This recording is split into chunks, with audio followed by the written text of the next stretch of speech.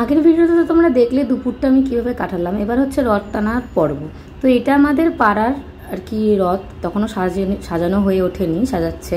তো এটা প্রথমেই রথ দর্শন হয়ে গেল এবং পাড়ারই আমাদের আর কি জগন্নাথ মন্দির, যেখানে পুজো হচ্ছে। দেখো থরে থরে কত খাজা গজা রাখা আছে।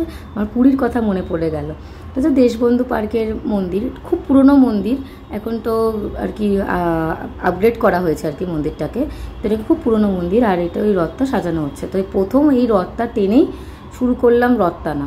তার আগে বাচ্চাদের হয়তো একটা রথ টেনেছি ছোটোখাটো। এই যে রথ নিয়ে বেরিয়ে পড়েছে, কি ভালো লাগছে। আমার পুরোনো দিনের কথা মনে পড়ে যাচ্ছে, যখন আমি ছোটো ছিলাম না, আমার রথ সাজিয়ে দেওয়া হতো পিসির বাড়িতে আর কি। পিসা সাজিয়ে দিত, মনে পড়ে এখনও, এরকম পাতাবাহারি পাতা দিয়ে সাজিয়ে দিত। আর আমার একতলা রথ ছিল, মনে পড়ে না দুতলা রথ কিনেছি বলে। আর যখনই রথটা টানতাম রথটা উল্টে যেত, কি জানি, যত ভালো করেই বেঁধে দিক না কেন রথটা উল্টে যেত। শুরু হয়ে গেছে রথ টানা।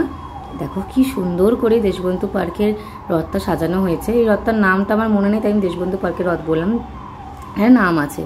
কি সুন্দর লাগছে একবার দেখো গোপু সোনাকে। আর ভেতরটা, রথের ভেতরটা দারুণ সুন্দর করে কিন্তু সাজানো হয়েছে।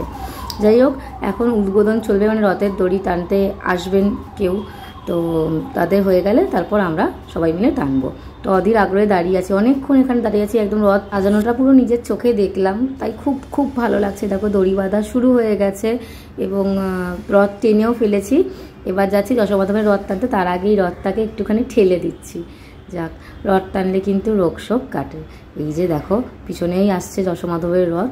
আমার বান্ধবীদের নাকি রিচুয়ালস, এই যশোমাধবের রথ না টেনে তারা কোনো রথে দড়িতে হাত দেয় না। তো আজকে সেটা পাল্টে গেছে আর কি, রথটা প্রথমে টেনে ফেলেছি।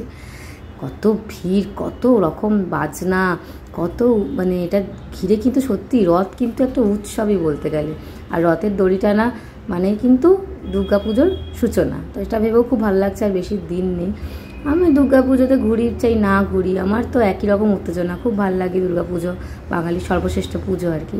কত বাজানা এনেছে, কীর্তন এনেছে, কত মানুষের আনন্দ, নাচ, হাসি ঠাট্টা সবই রথকে ঘিরে। আর দেখেছো কাতারে কাতারে লোক সব ছুটে আসছে রথের দড়ি নিয়ে। দাঁড়াও আগে রথের দড়িটাকে ব্যাস টানা হয়ে গেছে রথের দড়ি। সামনে থেকে একটু দর্শন করে নিই। দেখো সবাই কত আনন্দ করছে।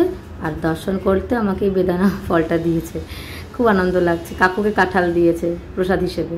আর এটা হচ্ছে সার্বজনীন মাঠের জগন্নাথ মন্দির আর কি, ওখানের কাউন্সিলর করেন আর কি। তো আমরা প্রতি বছর এখানে অন্তত আসি। সোজা রথে না, আগের বছর তো সোজা রথে দোকান করেছিলাম, তোমরা যারা ব্লগ দেখেছো জানো। উল্টো রথে এসেছিলাম, সেই ব্লগটাও তোমরা দেখতে পেয়েছো। আর এবার এসছি আমরা গৌরীয় মঠে।